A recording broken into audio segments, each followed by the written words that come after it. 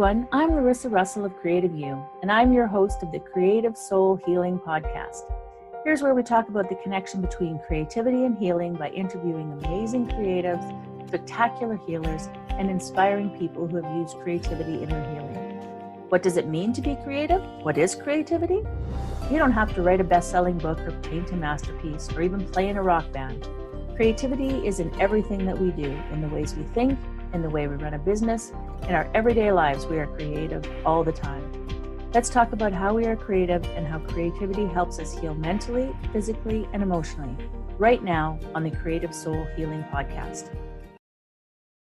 Hi everyone, Larissa Russell of Creative You Healing, and welcome to the Creative Soul Healing Podcast. Today I have with me Nasreen Variyawa. Everyone is born with a best-selling story within. Nasreen was born with the ability to convey stories that change lives, inspire massive action, and leave legacies. Author, coach, ghostwriter, and editor, Nasreen is the force behind many books, helping authors to achieve their dream of publishing. The founder of Nasreenology, pro-authoring, she is also a nominee of literary awards, a popular choice for presentations, summits, and conferences, and is rapidly becoming a force to reckon with in the industry. So welcome, Nasreen. Thank you so much. It's a pleasure to be here. I'm excited to have you. And you were a guest on our summit, and so I'm excited to share more about you for the podcast as well. So that's really exciting. So can you share for our listeners some of your story and the path that's brought you here? Yeah, I like to call it a happy accident. The aptitude for writing has always been there, but I never really pursued it until I accepted a challenge to write a book in a month when I was on a leadership program. And while doing it, it resonated with me so profoundly. And the happy accident came about when people started asking me to edit and ghostwrite for them. And that is when I realized that this is what I wanted to do, all the time, because it's a passion, something I'm good at. It's something that gives me great pleasure. And I'm happy to say that after exploring so many years in education, I finally now brought myself to a stage where I get up every morning excited with the possibilities that come with meeting new people, being exposed to their stories, having the blessing of working with such stories, and having the blessing of working to help others publish their stories. So it's a wonderful place to be at the moment. Mm-hmm. I love that. I love that. So what does healing with creativity mean to you? Healing with creativity means doing whatever you are good at, or whatever makes you feel good to feel better.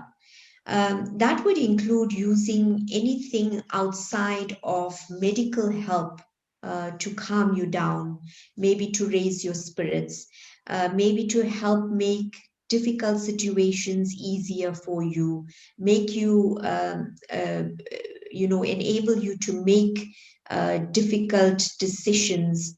So, for example, if baking cakes is your thing, or icing cakes is your thing, or arranging flowers is your thing because it calms you down, helps you to make difficult decisions, then those are creative things that help you heal. And that's a good thing to be able to have with you. And I think that it's wonderful if people explore that in their lives. Yeah. And as someone who myself works with healing with creativity, I think it's, creativity is in everything we do, but when we're intentional, that healing is a part of it, right? And so absolutely Yeah, agree. I think when you go through difficult times, there's also a natural pull to turn towards whatever it is you're good at. And when that pull calls you, you should answer that, because if you try to do anything else, you would just upset yourself further. You would just become more anxious. So when the pull is there and when there is the calling to turn to that something that is creative, it's imperative that everybody turns to it. You want to be somewhere in a good space, making yourself feel better rather than in a hospital trying to see a doctor. That is in its place, of course, when it's needed, but you can't see a doctor every day. You don't want to see a doctor every week. You don't want to be at the doctor's every month, and you don't necessarily want to be in a psychiatrist's couch every other month, you know. Exactly. Exactly. So, what would you say inspires you in the work you do? It has to be that I help others. I work with a lot of creative nonfiction, and I work with a lot of authors who want to tell their stories and want to share with others how they overcame it with the purpose of helping them if they are in a similar or the same situation. So I'm helping them tell their story, and through their stories, we are helping a multitude of other people overcome whatever their challenges are. And that is what drives me and what inspires me. It can also be extremely draining if you are not psychologically strong enough to handle it. However, what often helps me is getting up every day also and reading a bit of what I have written, because I believe that every author should be their own biggest fan. Actually, whatever you do, you should be your own biggest fan, and you should be driven by your own work more than anything else. So every morning I get up, and when I get to my office space, the first thing I do is open up anything I have written, any page, read a bit of what I've written. It reminds me that there is purpose. It reminds me that I am good at it. It drives me to perform better, to do better, and to deliver better for all the authors that I work with. I love that. I love that. I think that's great if we can use our own work to inspire us, our own Yeah. writings, our own. Uh-huh. That And I there's think so that's many other things you could do, just a walk on a trail, which I consider to be good enough as good enough as travel.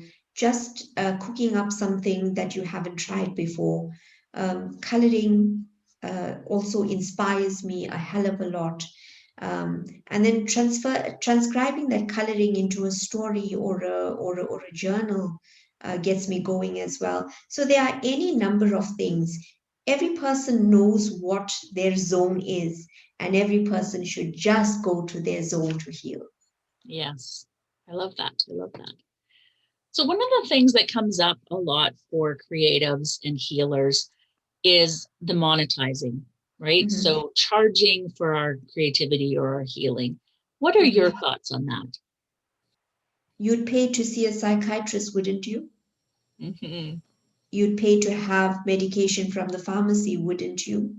Why wouldn't you then pay for a journal with somebody's thoughts and creativity that helps you? if if there is a 365-day journal with a motivational thought that gets you going for the day, that lifts your spirits for the day, that helps you calm down in a difficult situation, why would you not invest in it? You should invest in it.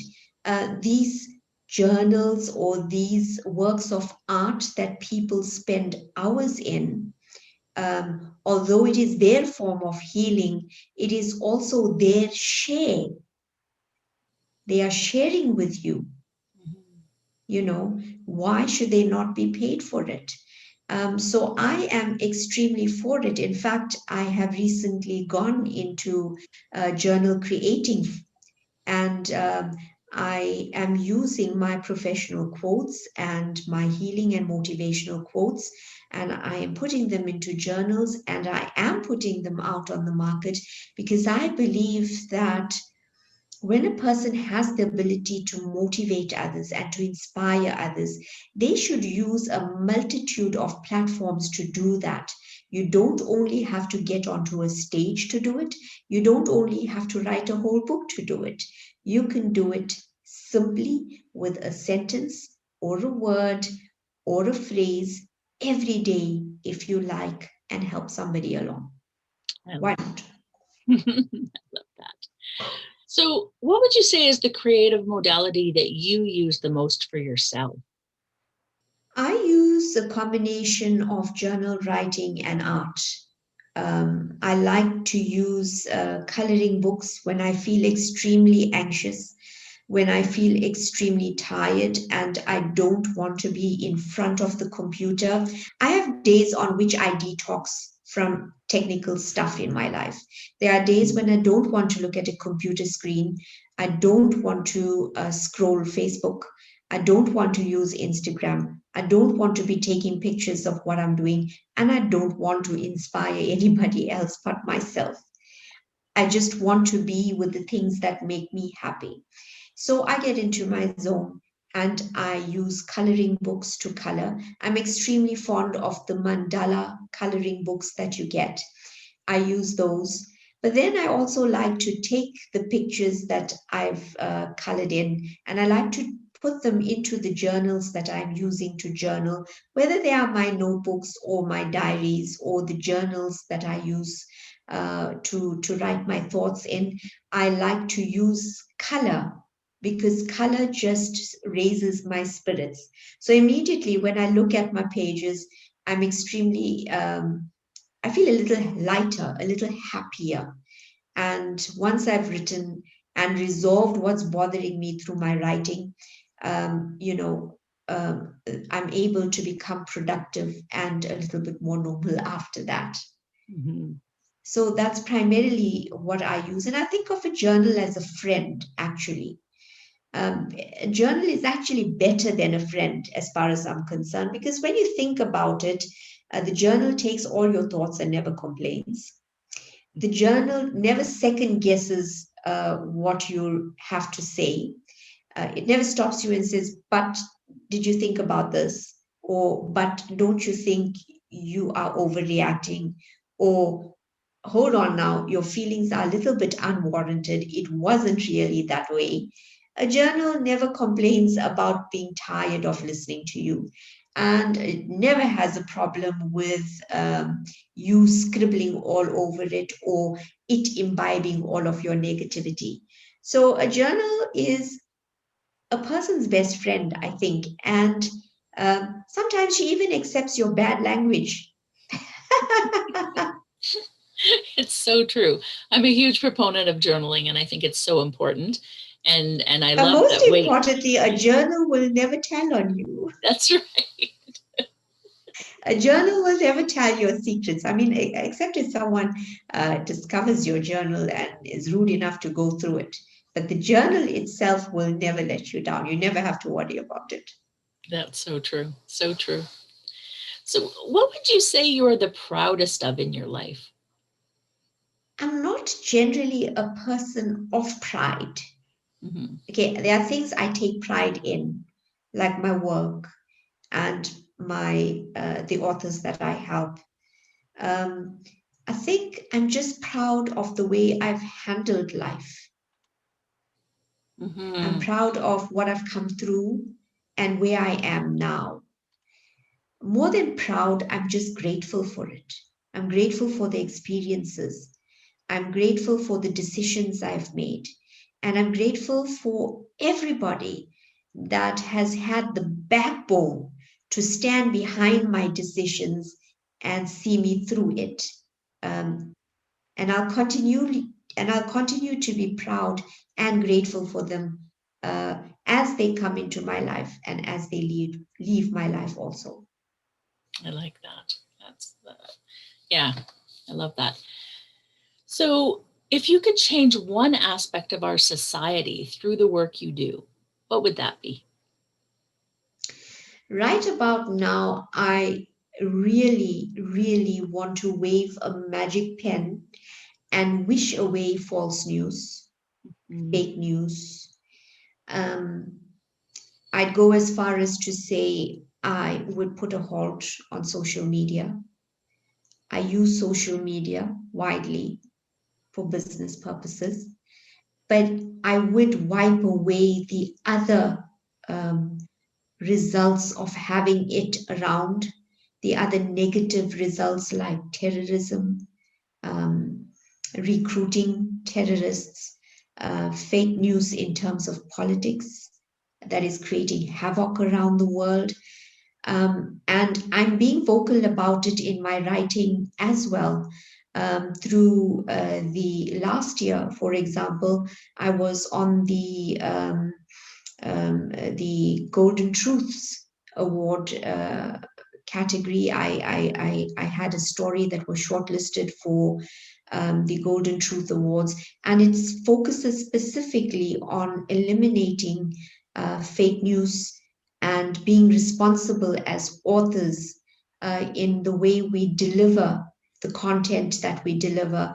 And right now, I really, really just want magically for that problem to disappear, because I believe that world peace rests on it heavily. So true. So true. I've had that discussion with so many people about how the polarity of politics and science and whatever else, right, has sort of taken over the world, and social media just feeds into that. And I use social media as well. And I do enjoy it for keeping up with people.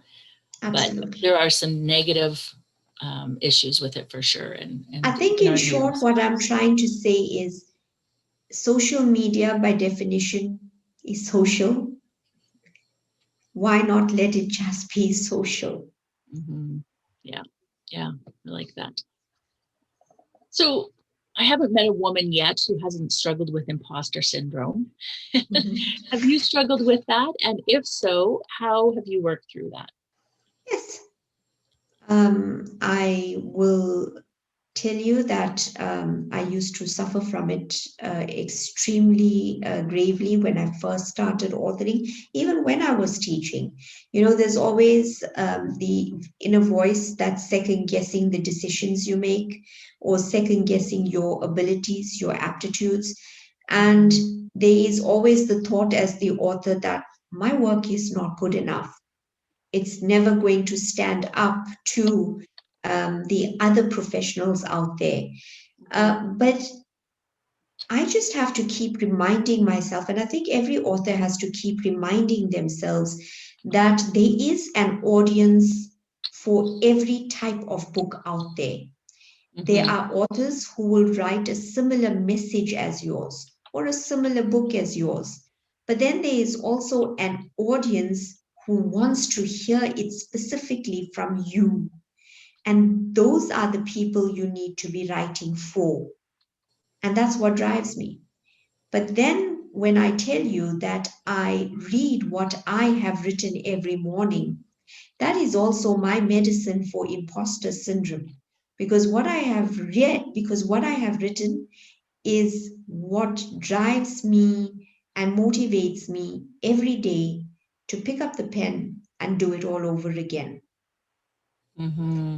It's validation for me that yes, there is the ability, yes, I am on the right path, and yes, I should continue with what I am doing. Yeah, I like that. I like that.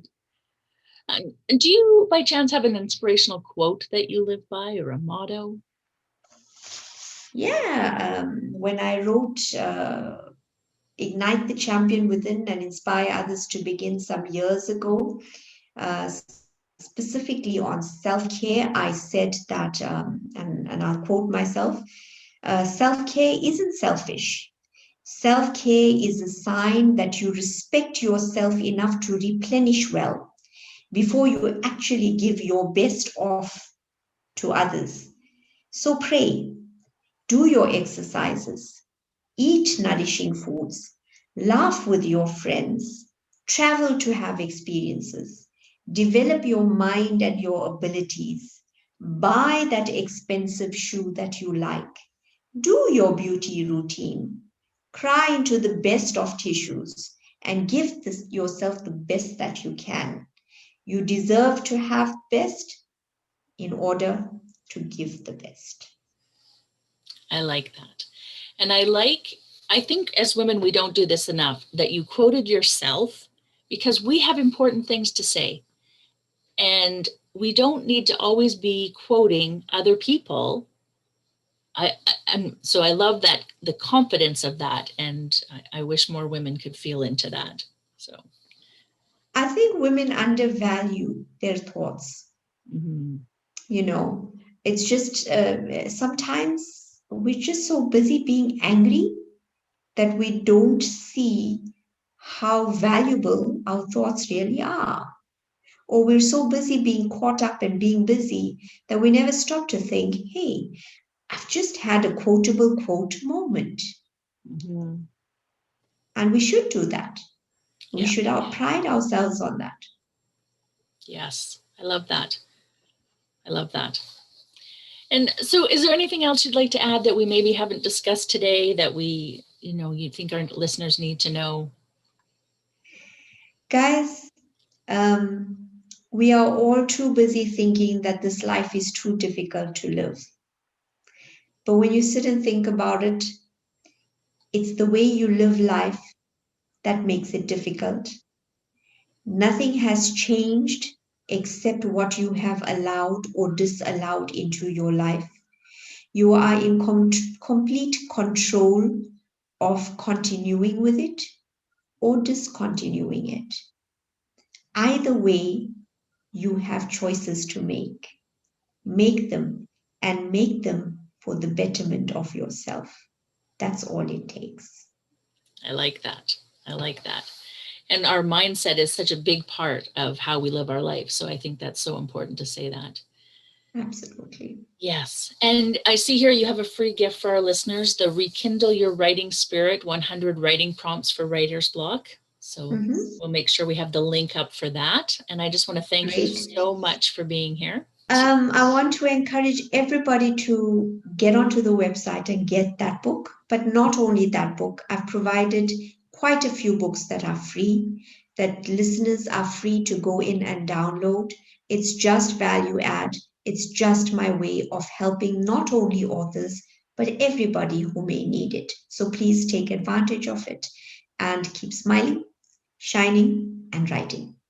I love that. I love that. Thank you so much. To our listeners, we will see you again next week. And in the meantime, I wish for you amazingly creative days. Are you a daily journaler?